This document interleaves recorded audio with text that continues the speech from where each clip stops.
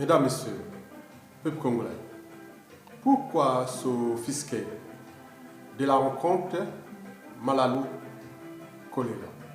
Vous savez que le pire du Congo-Brazzaville, c'est tout justement les Congolais eux-mêmes. Alors, pourquoi s'offusquer de la rencontre Malalou Kolela? Vous savez, Gerté de GG, je l'ai rencontré en 2013. Je l'ai d'ailleurs dragué en 2014-2015. Oui, il est seul. Voilà. Nous avons passé tous ces moments de résistance. Je l'ai rencontré en 2013. On a fait tous ces mouvements-là en 2013, 2014, 2015, 2016, même si tout s'est étiolé en 2017. Oui, j'ai vu une femme instruite. Elle est d'ailleurs scientifique comme moi. Une femme libre, éduquée et d'ailleurs civilisée. Une femme engagée, mais je dirais même dégagée de toute contrainte. Alors, si elle a rencontré Guy Parfait Kolela, un homme politique congolais, et qu'est-ce que ça peut faire? Qu'est-ce que ça peut faire? Gégé est d'abord une femme politico-intellectuelle, mais surtout femme politique, donc elle a des stratégies. Même aussi aujourd'hui, au niveau des officines nordistes de la résistance, qui cherchent à faire l'unité du pays, on essaie un peu de déjouer tous les linges sales et ne se regrouper qu'avec de linge propre, mais chacun avec ses choix, avec ses convictions, ses projets, ses utopies autres. Vous le savez d'ailleurs. Oui, pour les nordistes de la résistance, beaucoup m'ont appelé, d'autres m'ont dit, mais qu'est-ce qui se passe? Pourquoi Gertide Maloulou est allé rencontrer Bernard Kolela, Guy Parfait Kolela? Est-ce que c'est une stratégie sudiste consistant à préparer la conquête du pouvoir contre les nordistes? Est-ce que, et si un nordiste avait fait pareil, est-ce qu'il n'y aurait pas une vague de protestations? Et ce que j'ai appris du réseau du Nord, en tenant compte de la géopolitique nationale, Nord-Sud, bien sûr que pour eux, ils ne comprennent même pas que Kolela est un homme politique. Parce qu'un homme politique n'est pas seulement au service de son fief électoral, mais aussi au service de l'intérêt général, c'est-à-dire du peuple. S'il n'est plus en capacité de représenter soit son fief électoral ou du peuple, à quoi ça sert d'être homme politique? Bien sûr qu'au Congo, les hommes politiques, souvent, ils n'ont de convictions que leurs intérêts particuliers ou partisans. Bernard Kolela, son père, était-il plus libre que son fiston? Mais sinon, comment cela se fait-il que Guy Parfait Kolela, le régime Sassou Nguesso est en train de bombarder son fief électoral? Et celui-ci, cet esprit, il est arrivé à Paris. Il rase des murs sans rencontrer même la résistance, ou même expliquer qu'est-ce qui se passe dans le pôle. Nous sommes même contestés, mais on a pu voir les photos. Les gens disent ça y est. Donc c'est des stratégies entre eux. Est-ce qu'ils sont tous pourris et vendus? Donc, jusqu'à présent, on ne comprend pas. Mais de toute façon,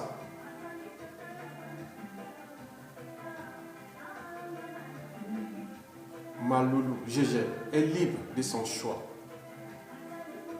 Donc, pour les nordistes et les sudistes que j'ai pu voir sur les réseaux, en croisant les informations, notamment sur les réseaux globaux et aussi les appels autres, il me semble qu'il y a eu une certaine indignation qui touche 70% des sudistes sur cette rencontre, contre 30%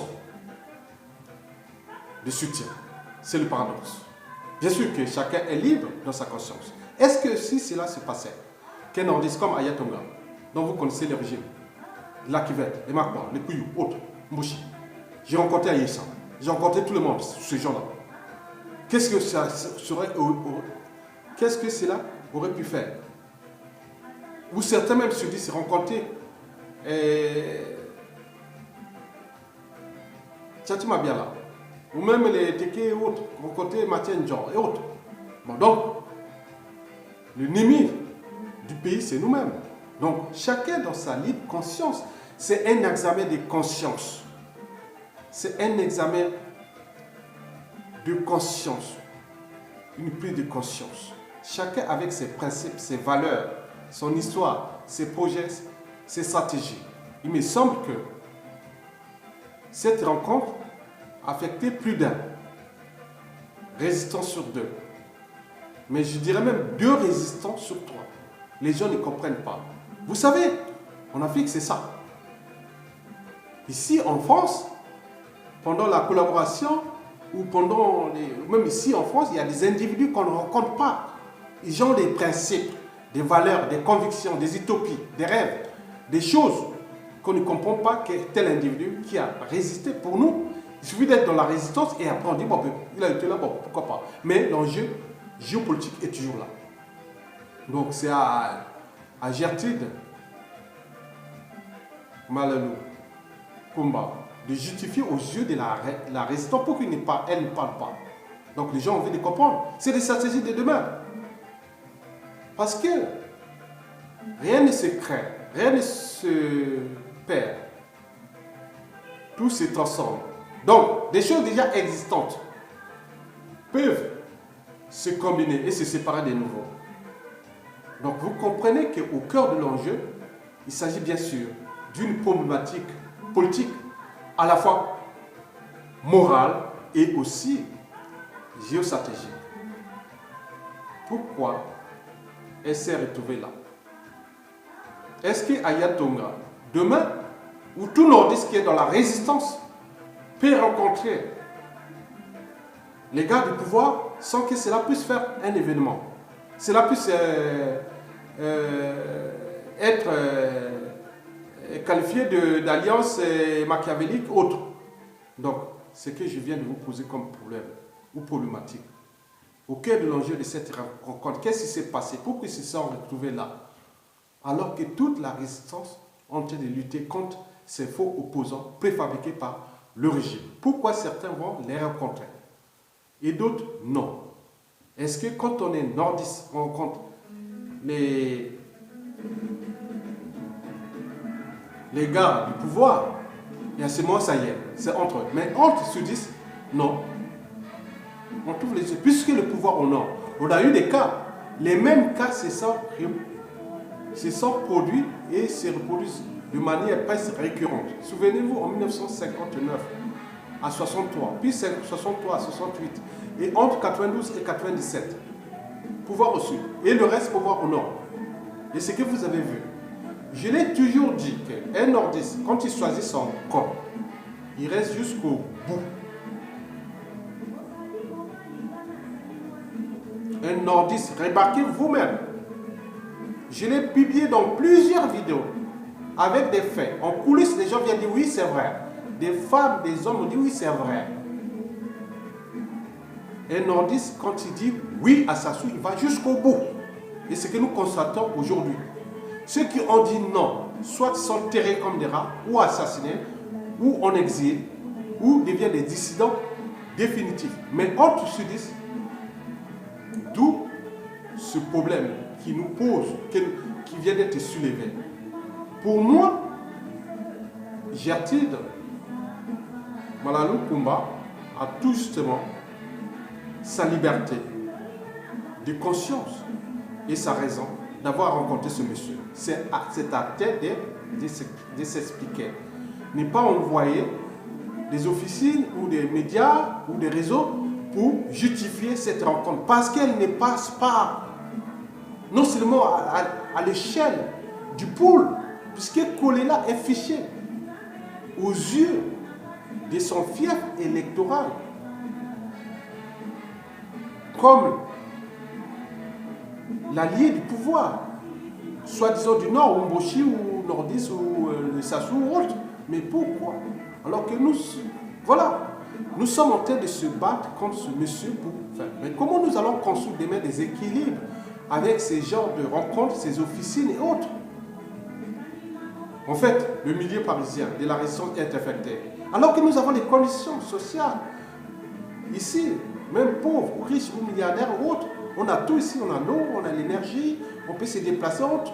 On peut manger à sa faim et autres. Mais pourquoi aller rencontrer ces gens-là? Pour quel intérêt? Nous, le but est de dire non, c'est fini ces gens-là. Nous devons regrouper.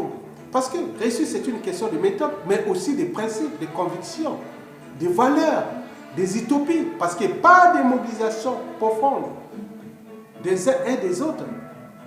Ce sont d'abord des rêves communs, de lendemain à construire et surtout de futurs à défier. Mais avec quel individu? Nous allons penser l'après Sassou Nguesso. Si les uns et les autres n'ont pas de convictions fortes comme des girouettes en fonction du vent, les gens se rencontrent là-bas. Déjà, à l'échelle de l'Afrique noire, au sud du Sahara, avant d'être homme politique,